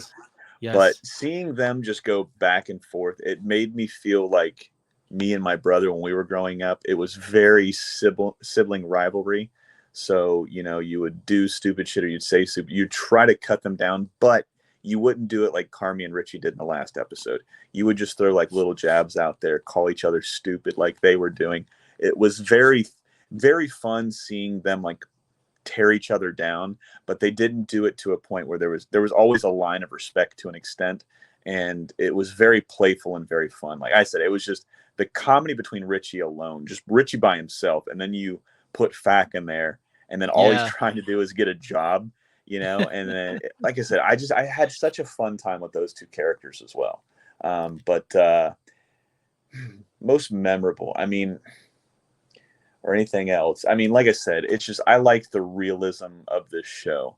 I don't, like I said, I've never seen a show. This show is going to be the example for food shows set forward after this. Like when it comes to reality TV, not reality TV, excuse me. When it comes to like shows like The Bear, you're going to see spinoffs. Might not be just cooking. It might be other avenues of some kind of other businesses or other enterprises. You know, but when it comes to cooking, I think this is the bar that's going to be set for food. I think there's going to be a lot of people that try to copy and mimic what they do, because you see it with everything. It doesn't matter what it is: music, movies, TV shows. Somebody sees something that's hitting, let me copy it and let me try to get on this train while it's still going. But yeah, just overall, when I think about this show, it's fucking top notch, man. I give it 10 out of 10 if we're doing 10 stars, 5 out of 5 if it's only 5. But there wasn't one thing that didn't meet the expectation. They answered and wrapped up so many things from season 1, yet they gave you, for every one they wrapped up from season 1 going into season 2, they opened up like 19-1 for season 2 going into season 3, because there's so many questions that I have for this series going forward. Same. Yeah, that's what I just like the writing of the show, because like, yes, you know, especially like with season 1, like how you see them kind of like, or at least Carmi in the business, they're struggling with money, and then at the end you find out that the whole time it was in the tomato cans. dude, you know, that was like, so cool. Yeah, you know, I was opening up tomato cans at work and hoping somebody left me money. Tangent here, like when I went to San Diego with my cousin, the Airbnb we were at was next to like an Italian deli, and like they had canned tomatoes in like that middle aisle, and like we were looking at it, and my cousin's girlfriend, she's like, hey, which tomatoes should we get when we do pasta today? And me and my cousin are, get the small ones because the money's in the small one, you know. The small ones taste better, get that one. Oh, that's so dope. It's just like things like little details like that, man. Again, I can't stress it enough. It just like that's what makes the show so good, is like it's just the little details that you don't think would wrap up, or you wouldn't really catch on to it on the first watch, and then when you rewatch it again, it's like, you know, it stands out. Now, I know we've talked, and I can't agree with you more, and I'm so glad you brought this up, because it made me think of something I wanted to hit on with Richie. You know, we've been talking the entire time about like how funny Richie is, like how he's great in every scene. But one thing I don't think people take on, because usually humor outweighs almost everything, right? When it comes to anything with movies, TV shows, everybody always goes for the ha-has and the laughs, because that's what we remember the most. Like, oh, everybody loves laughing, right? But what I think makes the guy that plays Richie, and for the life of me, I can't remember his name. I know he's got an interesting name. But the guy that plays Richie has such fucking range in this series. Like, he goes from that frat boy-esque humor to a dude that's extremely serious, to a dude that goes extremely deep and is very thought-provoking. Like, when you had mentioned him and Sydney going to get the cock to fix, what was it, the floor or whatever it was that had mold or a ceiling tile or some shit like that. And he was like, fuck, dude, I got the wrong one. After she told him he got the wrong one. And then you see him on the phone and his daughter is crying, right? And then what did they say? Let me talk to her. And then he's building his daughter up. Like, Richie knows, like, he's the most self-aware character in this entire series. And here's why. He knows he's a fuck up. He knows that he's not good at many things. You know, he knows he's got a specific, it's going to make him sound like he's Liam Neeson. He's got a specific set of skills, right, that he is very good at. He is a people person. He can literally be plugged and played with any character in the show, you know, good, bad, or indifferent, whether he makes you laugh or he makes you hate the character. With all the other characters in the show, he can literally be plugged and played in anywhere. And the fact that he had so much range in this first season, where you saw him reaching out to his daughter and building up his daughter's confidence, right? Because her self-confidence was broken because of these kids that were dickheads at school, called her a name and shit like that. And then you see him, like I said, just being a guy that gives a shit.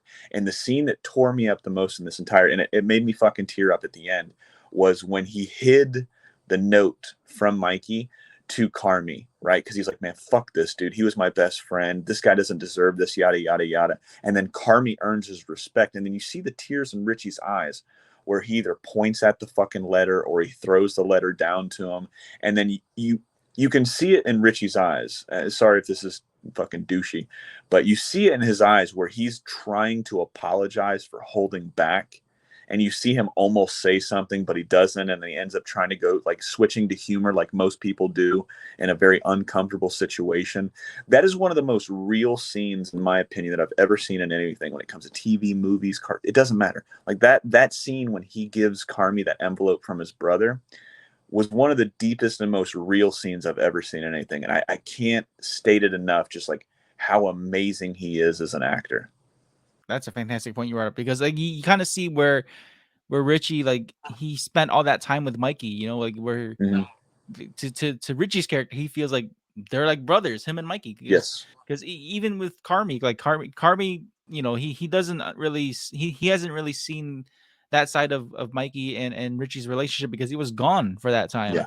Up until where Mikey commits suicide. So he never got to experience that or see that. So like when you put yourself in Richie's shoes, where like your best friend just passed, you're helping run whatever he has left in that business, and then out of nowhere his brother just comes back and like tries to take over. And you know, there's like a real power struggle there between Richie and Carmi. That's why, like, as you brought up, like towards the end where he finally has to like, okay, you know, I'm sorry, but he doesn't say it, you know, like that little bit of pride there, you know, like he knows he's wrong for doing it, but he thought he does was it. right.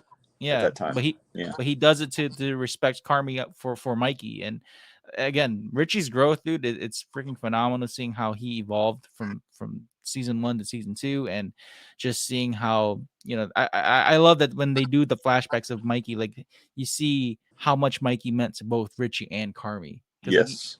Because even in the scene where, excuse me, where where Carmi's in the meeting and he's talking about like how his feelings are about his brother's death. He's like talking about like, yeah, you know, because I'm cooking because my brother liked to cook. We wanted to run this restaurant, and then at some point, like, he didn't want me to cook no more, so I wanted to prove him wrong. And I went and worked at these amazing restaurants, and he breaks into details like, you know, like I did this, I got my fingers cut, I got my fingers to smell like garlic and onions, and I know what went with what. And he breaks down all these things. And amazing job, by the way, by Jeremy Allen White by doing that whole like 7-minute dialogue. Like I was watching that before we recorded, and just seeing how much Mikey meant to him in a way where like he was still chasing his brother to get that approval, and just seeing that. So like I can see like where when it comes to Richie, like he feels like, man, you know, maybe I didn't know my brother because there's someone that was his friend that knows him in a way where I didn't. Yes.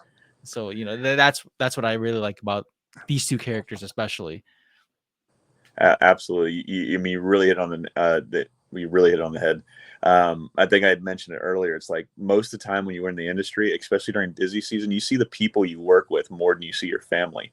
So I'm not saying you develop a tighter bond with the people you work with and your family, because you really have to have like some kind of dissociative disorder when it comes to leaving work at work and leaving home at home, because you work with things that are extremely sharp and extremely hot, and turning around at the wrong time, not saying behind, not saying corner, not saying hot, you know, not knocking on a door before you walk into, you know, a walk-in, you really hurt somebody. You can kill somebody. So, you know, on top of all the other shit you have to stress about while at work, it's very difficult to, you know, it's a lot like the military in a sense where it's very not conducive to family life, right? So most of the time you're overworked, you're underpaid, you're underappreciated when you're in the food industry, because everybody thinks that they can cook, right? Everybody should know how to cook, but everybody thinks they can cook. You have no idea how many times I have people that would come up to the line and said, that was good, but I can make better at home. And I'm like, well, fucker, why aren't you at home cooking? Why are you coming to my restaurant, right? You know, so just seeing the evolution throughout this entire series, I was just blown away at the end of the day, that just how much they put into these characters. And, and like I said, you going back to Carmi hitting on like, I did this for Mikey, And then Richie was going, I did this for Mikey. And Carmi thinks he did it the right way for Mikey. And Richie thinks he did it the right way for Mikey. And you're seeing this like battle of wills. And then you see the walls start to come down essentially. And then you start seeing a bridge start to form. And then they literally lit the bridge on fire for season 2, man. I know we already hit on that, but it was so crazy to see what they build and then they break it really quick. No, exactly. That's exactly what happened, because like what you think between them, like, oh man, they're finally like on good terms and they're working together, and then up until that argument where they're hitting each other with low blows. Like even there's a part where in that argument where Mike is like, I was the one that put your brother in the ground, you fucking idiot. Where were you at? Like they were like really spewing some like hateful shit to each other, and then you can tell like this is shit that they were holding in a lot. Yep. And so like hearing Richie's character say that to Carmi, man, like you can tell he's been mad at Carmi for that. The fact that Carmi wasn't there, and then he had to be there for Mikey's funeral. Like, and it just a lot of I know this because I can really relate to this. Like, no, when you have like that kind of built up emotion like that towards like family members or close friends, like, but you just don't say it, and then it just comes out, and it comes out hard. That infection I was talking about, that festering.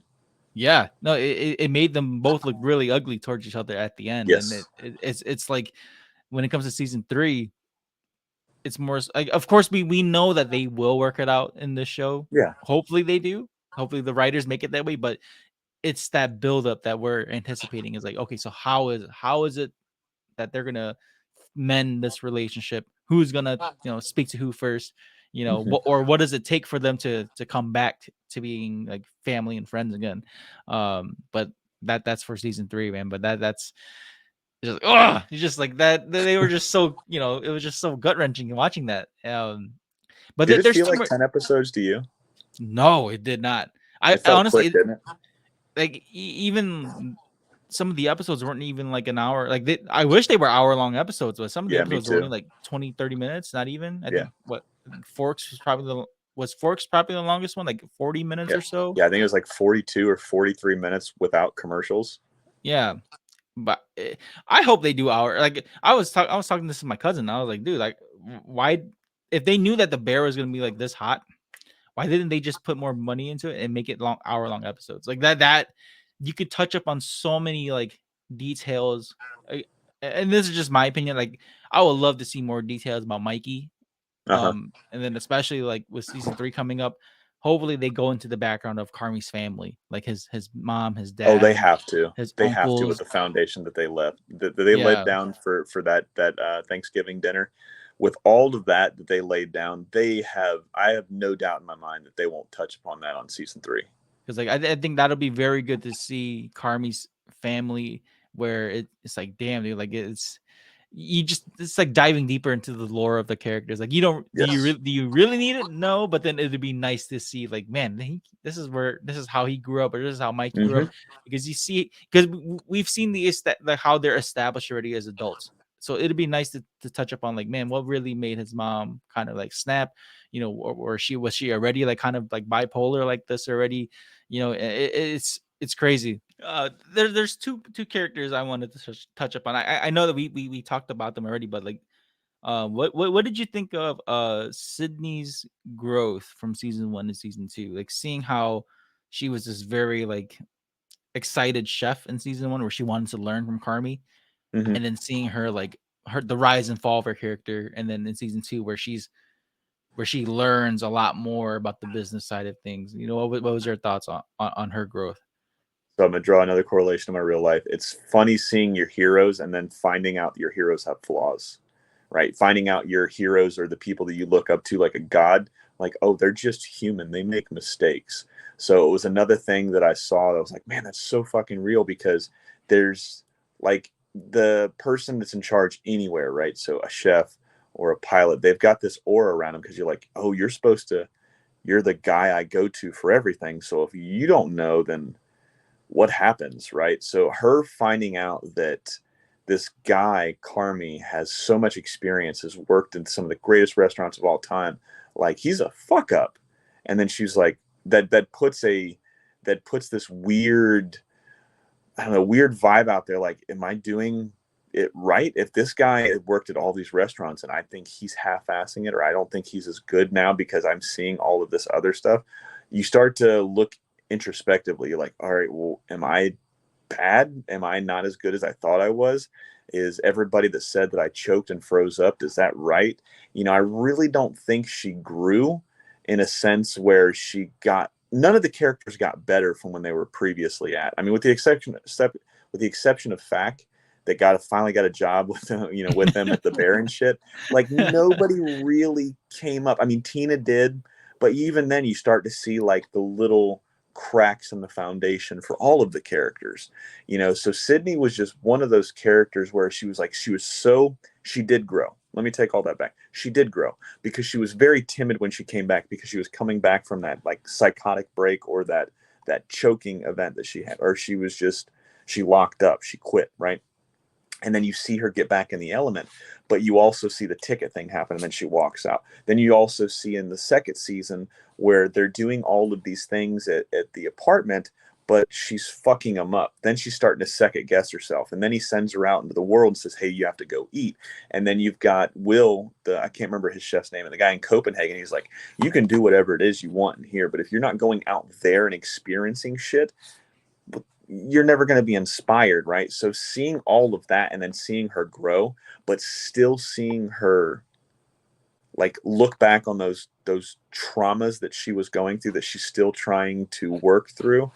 I thought it was a growth, but a dying of the character as well. But you also, like I said, it gave us so much more questions about each of these characters by the time the season flushed out, where it's just like, man, I really hope she gets over this thing where she doesn't think she's good enough, because she has the skill to be a very good, sous chef for Carmi, and Carmi has the skills to be a very good person outside of work and be happy. It's just, will they let go of this preconceived notion of the kitchen is everything? I'm chasing this thing that I thought that I wanted. You know what I mean?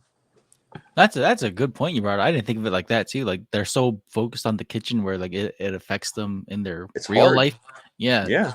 That's a good point. That's a good point you brought out. I didn't think of it like that.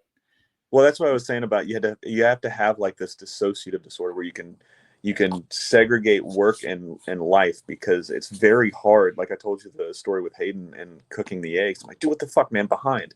And I was like, I'm in that mode where I'm cooking at work, and I'm already at a level 10, and if I get burned, I get cut, I get pissed off because it hurts, right? So you have to understand, like, once you walk through the doors at work, you're at work, right? So you have to be there, but you also have to have time for yourself, both with your family, and you also have to have time by yourself to like really compartmentalize the shit that you've went through, so you can be like, dude, did I handle that situation right? Did I cook that correctly? What could I do better? All right, man, now I'm at home. What can I do with my family that will make their day better? What can I do after or during, spending time with my family? What can I do to make myself better and myself happy?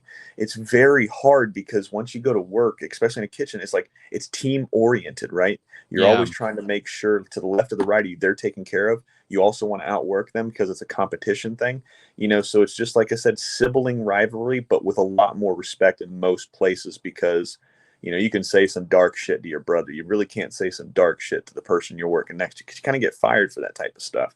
So like I said, when you can see these characters kind of split away, but I don't think the show would be interesting if they did that. You want to see these characters go through hell, because you don't want to go through hell in real life. That's the entertaining part. Absolutely. Of the show, seeing them go through that. Mhm.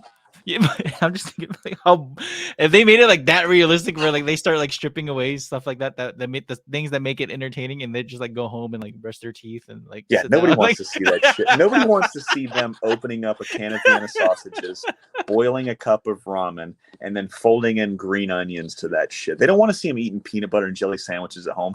They want to see the ticket printers. They want to see the holes busted in that's got mold. They want to see Sugar and Carmi and Donna getting into it. They want to see Fack and Richie just beating the shit out of each other. They want to see all of that shit. Yeah. One more character that I wanted to talk about before we wrap things up was Marcus. Because what I found interesting about Marcus was like how much like Sydney's character, he was very inspired by Carmi, and when he looks at Carmi's pictures, and then he wants to do something like he wants to be like Carmi. He wants to be able to make his own dish or make his own pastry and kind of like build something for himself to prove that what he likes is something that he's good at. And especially after that whole ticket disaster, and then like where even after like Carmi apologizes him too, like because Carmi tries out the donut and is actually like good, and eats it off the ground too, which I thought was cool. Yeah, just seeing like how he sends him, and then he sends him to Copenhagen to the same spot where Carmi went to school, and he meets Will Powder, the chef there, and seeing Marcus's growth from like being someone who didn't really care much at first to where he cares about his job a lot. And then you also see like this balancing act that he's trying to do with his real life, and then or with his life at the kitchen, and then his real life with his mom, which I thought that part in the finale was super sad too, because he mentions that his mom got sick, but we don't really know like how bad it is up until like the finale, where the nurse, I believe it was the nurse that was calling his phone, that was blowing up his phone, calling him, and and he was having much like Richie, he was having a good night too, and man, that's gonna be a heartbreaking scene. Yeah, they got to bring him down, man. So what did you think of Marcus, aside from like just aside from like the things I just Oh, well, he's one of my favorite characters, and here's why. If my culinary school I went to was very cool, man. I had some of the greatest teachers I've ever had. They got me my first jobs in the industry. They've always answered every dumb question I've had. But when it came to non-culinary programs, so like non-line cook to sous chef to like that type of stuff where you're working on the line like all the guys and there do, their baking and pastry program was very, very small. Like they were starting to roll out a bigger one. They've rolled out a bigger one since I've graduated. But if they would have had like the same level for that side as they do for the cooking side, the savory side is what it's usually called, I would have went the dessert and pastry route, because I absolutely love making bread. So I see Marcus, and I see a lot of myself in Marcus and a lot of Marcus in me, as weird as that sounds, because I've gotten to work with more bread at the restaurant I'm at. Like I said, I'm lead baker there, so I'm coming up with all the bread ideas. I'm doing all of the bread that's in-house. It goes to my pastry chef as well. Like she'll do like dinner rolls and stuff like that we do. But I'm coming up the recipes. I'm trying them out, R&Ding them until we find what fits for us. So seeing that, I draw that same correlation, because when I got to this place, I had actually started working for a chef that had been around, that knew some shit. And I knew very quickly that he knew some shit. I was the same way. Like if my chef was reading a book, I would go and buy that book so I could know what he's reading. Because if he's reading it, if he's taking the time to read it, I need to read this book, obviously. If he's doing something, I was like, he's doing that for a reason. He's been around. I have to do that. Same concept with Marcus. So I loved that fact, because I was seeing myself do that without realizing I was doing it. And I was like, fuck, dude. I was like, here's another real moment where this guy gets a hero. And that's what my chef is to me, man. He's a fucking hero to me. Getting to like just get his admiration or get his congratulations, because my chef doesn't throw him out all the time. Like he definitely knows when to give him and when not to. He knows when to let the gas off and when to keep the foot on the gas. So when you get that, dude, man, this is fucking great. It feels good, because you're not consistently just, oh, this is great. This is great. This is great. It's very hard to get, because like I said, he's been at that high level. So seeing Marcus go through that when Carmi picked up that donut and ate it off the ground, he's like, holy shit, this guy did it. Right. So that's what I liked about that whole moment, was just him, finally stepping outside of Carmi's shadows, even though he was still in it, to do something that he didn't think he was capable of. And somebody at the Carmi stature saw that and was like, fuck, he's got potential. I can't treat him like he works at Waffle House. You know what I mean? Yeah. Honestly, like this show, again, overall, I can't say it enough. It's just freaking fantastic. To anyone who has not watched this show, please do. And if you do watch it, let us know your thoughts. Go comment on one of Julian's posts or one of my posts. Let us know what you thought about the bear overall. I gotta say, okay, one more detail that I want to mention. Okay, now like these last minute thoughts are flowing in, but I liked that the Will Powder's character, the chef that he had, and how he talked about like how he thought he was the best Yes. and how he went to work and he thought he was the best, and then he ran into a chef who was much better than him and worked harder than him. And then at the end, you see that picture was with him and Carmi. I thought, Yeah. man, that was a nice little touch there, just to show you that the chef, that even though Will Powder's character didn't think he was as good as Carmi, like Carmi still thought of him like, this is who I would recommend for you to work with. I like That's my that Yoda. little. Yeah, like I like that little touch there. It just like, they, that respect between those two characters. I thought that was like really cool to see that. That was probably my favorite part of this entire series, because he said something that resonates so deeply with me, right? When him and Marcus are there, I think it's like his last or maybe second to last day he's staging and stuff. It's when he's helping him form the bread. And I had alluded to it earlier, and it was like, if you're not out there, you have to, you're shortchanging yourself, right? Because you got to get inspired. You got to go taste what everybody else is doing, because that's what elevates you. If somebody's doing something that you're doing, but they're doing it better, you're like, oh shit, I got to step my game up. So when he goes and he asks him the question, because he was like, I put in all these hours, Will's character, I put on all these hours. I did all of this stuff. I was the first one here. I was the last one to leave. He was like, I didn't have a life. And then Marcus asked him something so blunt, so easily asked, so simple. And he goes, was it worth it? And then Will's character goes, I'll tell you tomorrow. And then it's just this ever evolving thing of like, I'm coming in, I'm doing the same thing. For the life of me, I can't think of the name. The Japanese have a name for it. And it's a dude that consistently does the same thing over and over and over and over until he is a master at it. They actually talk about it with Jiro Dreams of Sushi. Like I said, there's a Japanese term for it. That's a good documentary too. Oh, it's fantastic. Yeah. The fact that the guy's 90 something years old, he's only been out of work, or he's only taken 2 days off in his entire life to be sick. His wife died one day and he was at work dinner that night, or working dinner service that night, but Will's character goes, I'll tell you tomorrow, which means he's getting up that next morning with the intention of, it was worth it. What I did mattered at that point in time. I find that I didn't see anybody really mention it in any of the reviews I was listening to when people were talking about episode breakdowns or any articles like that. But I found that such a profound statement that I consistently ask myself every day when I wake up, is all of this time that I'm spending away from my family, that I'm providing for my family, is it worth it? Is it worth it mentally? Is it worth it emotionally? Is it worth it physically? Because working in the food industry, ladies and gentlemen, will drain all three of those things that I just mentioned, those avenues of our body. It will drain you emotionally, mentally, and physically. Every day it'll take everything away from you. But all it takes is, like I said, that one person to walk up to the pass and say, guys, girls, folks, whatever you want to call everybody, that was the greatest fucking meal I've ever had in my life. Somebody comes in and goes, I've never had something so good. That all makes it worth it right there. So yes, at the end of the day, it is worth it to an extent. And I think that's a great way to end this episode, man.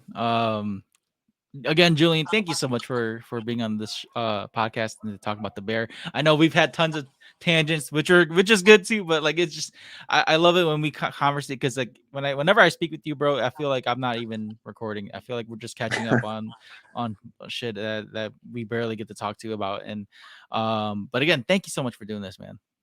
Oh, this is my pleasure, man. I really enjoy when you jump on mine and I jump on yours. I mean, you were the first guy I did a podcast collaboration with.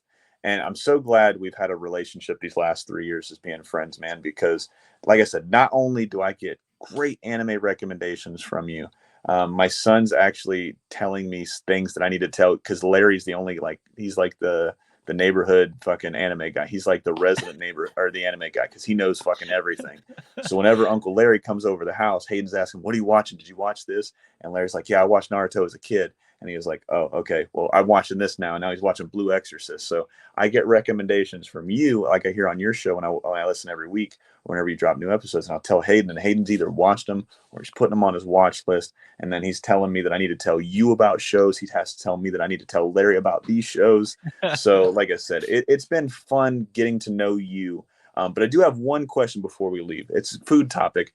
And you can cut this out if you'd want to, but what is like when you, because it's Hmong, right? Did I Mhm. say that? Okay. Like, so in the South, the best known dish is probably fried chicken. When it comes to Hmong cuisine, what is, I want to make something that's Hmong. What is like the most prominent Hmong dish or your favorite Hmong dish of all time? Dude, it's Hmong food is like super basic, very simple because culturally our people are like known as like hill tribe people. Hmm. So there's nothing that's like very standoutish when it comes to our dishes. Like it's very like simple. So Oh, I love simple. like boiled pork belly with mustard greens. Like Ooh. you just let it boil for Uh-huh. like slow boil. Like how I do it is I boil it high to cook the pork belly, and then like when I throw the mustard greens in, I lower it to like medium low and just let it sit and boil to where the broth gets green and like Hmm. where the mustard greens become really really soft, and then throw like a little bit of salt, a little bit of mushroom seasoning in there, and that's it. Very Yeah. simple, very simple, very refreshing, very light. It's I can't explain it, but like that's like my go-to whenever I'm like craving monk food. That's the thing I make. So, Yeah. yeah, that, and then there's some other good dishes too. Like, I don't know. The thing is, what's weird about Hmong food is like I can't say that they're all Hmong food because they're all derived from like Southeast Asian foods. Like, there's Yeah. a lot of like Thai, Lao, Vietnamese, even Filipino inspired like things that Hmong dishes have. Hmm. So I can't really say like, oh yeah, that's a Hmong dish, because then some other Asian would be like, no, that's not it. That's like a Vietnamese dish. So so I can't really say. But must boiled pork belly and mustard greens, that's for sure a Hmong dish. That's my go-to. Very Yeah. simple. Anyone can make it. It just, dude, it's so good when it's like, especially when you're just like lazy that day and you Uh-huh. just make it, you just relax. It's very good comfort food. That's the best way I can explain it. Oh, that's perfect. And that's what I love. I'm gonna actually look up some Hmong things. And like I said, I'm gonna try to get back on the vanilla gorilla thing because if Larry hears this, he already sent me a text earlier this week saying, "Hey, so are you gonna do any more of the vanilla gorilla stuff?" And I was like, "Dude, I would love to, man, but I can't. It's so hard cooking with one hand, holding a 2-year-old in one hand, and then trying to hold a 4-month-old in the other. It's just like it's impossible. Hopefully, when they get a little bit older, I can do some. I'm gonna start doing some stuff at work where I record what I'm cooking on and shit like that, and then I'll do stuff like that. But the live stuff is just out of the question for now. But I'm gonna find out some Hmong dishes, and then I'll send you over a text. And I've actually got a pork belly in the freezer, and mustard greens are in right now. And I was doing these coconut, like sweet potato greens, so a curried coconut sweet potato green, and then so like lemongrass, garlic, ginger. We make vadavan, which is like a French curry, so shallots, cumin, turmeric, brown mustard seed, black pepper, crushed red pepper, and then shallots and garlic. You sweat it down, and then you mix all this shit together, and then you dehydrate it so it turns into like a hard brittle powder, and then that's what you use for your curry powder, right? And then that's what you're cutting into your liquid. So I do the coconut milk, that vadavan, the stuff I told you about, and then sweet potato greens, which are like they're not like a mustard. They don't have that bitter bite. They've got a little bit more of a sweetness to them. But dude, they're the fucking delicious, delicious food that I'm making this past weekend, and one of my dishes for work, man. But I'm gonna try this boiled pork belly with mustard greens because I love, especially Southeast Asian food. I love Southeast Asian food. Yeah, it's like I told you, it's just very good comfort food. Like that's the best way I can explain it. Like Yeah. when you're sick, well, or at least when I'm sick, I eat a little bit of that when I'm sick. Or like Hmm. again, it's just good to be like when you don't want to make anything fancy, just boil it, and that's all it takes. Like Absolutely. 30 to 45 minutes, it's done. Like you don't gotta worry about nothing else. You can feed a lot of people with it. It's very easy. So, but yeah, dude, definitely let me know when you do that so I can see it. I for sure you're not gonna fuck that up, dude. Like it all comes down to like you cannot fuck that dish up. It just comes down to like how much seasoning you like in it. I like to put like just light salt and light mushroom seasoning to it because Uh-huh. I'm more about like just the fresh broth, like just very light Yeah. broth, and you eat it with some rice. Oh my god, dude, that's so fucking good. But but if you do it though, like some Hmong folks like they like to do it with peppers, like they use like Thai chilies and stuff like that. Oh, I love I'm bird's not eye chili. yeah, I'm not good at making like the pepper dishes that they do, Uh-huh. but I know that when you make it, they Hmong folks like to eat it with they use the pork belly and they dip it in the pepper. Yes. So I've never attempted to do it. My mom's really good at it. I've never asked her how to do it because she just does it so quickly, and she's like, "Here you go," Mhm. you know, and that's it. But definitely look that up if you can. I'm pretty sure there's some videos on YouTube you can look up, and you can follow it pretty easily. Oh, absolutely, man. I'm looking forward to making some Hmong food because it's something we don't have here in Florida, and it's something that is definitely starting to become a lot more popular in the what's that word? Like not popular culture, but it's like it's starting to become a thing in mainstream media now, Yeah. especially with food. As Hmong food is really on the rise in the States. Yeah, definitely check out Chef I don't want to mess up his last name. I think it is Moore, but it's Yea something. I think he was Uh, the guy that was on Iron Chef or yes, one of Yea the Vang. Yes, he was on yeah. Iron Chef. Yeah, he's a good trailblazer for Hmong food because he does it where he still keeps it like traditional, but he also throws in like an American twist to it. To that Yes. way, like so American folks who aren't familiar with Hmong food, they can still try it without being like, oh, what the fuck is that? You know. So Yes, yes, 100%, dude. 'Cause I liked him a lot. I've been watching because I think he's out of Minneapolis, and I think when he popped up on that show, I think I actually messaged you and hey, do you know about this guy? yeah. But yeah, I'm really looking forward to trying more of you guys' food. I'm hoping that we'll get some Hmong restaurants here in Florida so we can check it out. Oof, I'm gonna be honest. I don't know if that's gonna be the case. I'm sure. You know what's funny? I Maybe went to one day. Florida. I seen some Hmong people in Florida, but they were like all farmers. So Yeah. I don't know about restaurant owners, but hopefully, maybe one day. We've got a really cool I think it's just called Little Saigon is like the area, but you've got a lot of Chinese, a lot of Japanese, a lot of Korean. So there's like an entire like Asian district downstairs or not downstairs, downtown in Orlando and shit. And one of my favorite places to go to. If you ever come to Florida, man, we got to hook up and I'll take you. It's my favorite best Chinese food I've ever had in my life. It's Szechuan style Chinese food. Dude, they have this stuff that's called the 5 flavored pork. The only reason I bought it the first time I went there is because I saw 5 flavor and I thought Wu Tang. So the Five Rings movie, right? So I was like, okay, shit. If they're this hip and they know Wu Tang references, let's get the 5 flavor pork, dude. It's my favorite thing that I get there. The 5 flavored pork with the juicy pork bun. So it's like a bao bun, or a steam bun, excuse me. And dude, it's like they give you the chili oil that's with it, and they have this chili crunch oil that's so, I hate using this term, but the kids are using it. It's so fucking fire. Dude, this is like some of the greatest food. Like I said, I've been to Thailand, I've been to Singapore, I've been to all of these places. I've had this food. This is like the greatest Chinese food I've ever had in my life, man. It's so fucking goodness. It's like an hour and a half down the street. I always go there. I drive well out of the way. I go and get $40 worth more food than I needed so I can eat it on the way back so I don't have to share it with my family and stuff. And then I get to eat the same stuff that I just bought extra of when I get home. So I'm a fat fuck, so it's so good. If you ever come to Florida, man, I'm going to take you to this spot. For sure, I'll be looking forward to that. But for folks who want to follow you, Julian, let them know where they can hit you up on the links, your social media and stuff. We're on all social media platforms. Just search at In My Head Pod, man, and you can find us. And I'll have the links in the description as well. Make sure you follow Julian. And also check out some of our other podcast mates too. Whiskelodian and Animation Destination. Who else am I missing? 47 Cartoon Guys, one of my favorite retrospective channels on YouTube. Yes, and check them out. I'll have their links in the show notes too, because we're all in a group chat together too. So I love throwing ideas with you guys. But again, Absolutely. Julian, thank you so much, man. I appreciate every time I have you on the show, dude. I appreciate it because, like I said, it doesn't feel like I'm recording, man. It's us just catching up. Absolutely, man. Anytime you want to do this, you let me know. Because, like I said, I've had a lot of fun these last 3 years podcasting with you and podcasting next to you, man. All right. So again, this is episode 175 of Spoiler Force. Make sure you like, share, and subscribe. And also, if you made it this far, stay tuned for the announcement. I'm going to record that like after. But stay tuned for that. That way you get updates on that. And but yeah, thank you guys so much, and have a great day.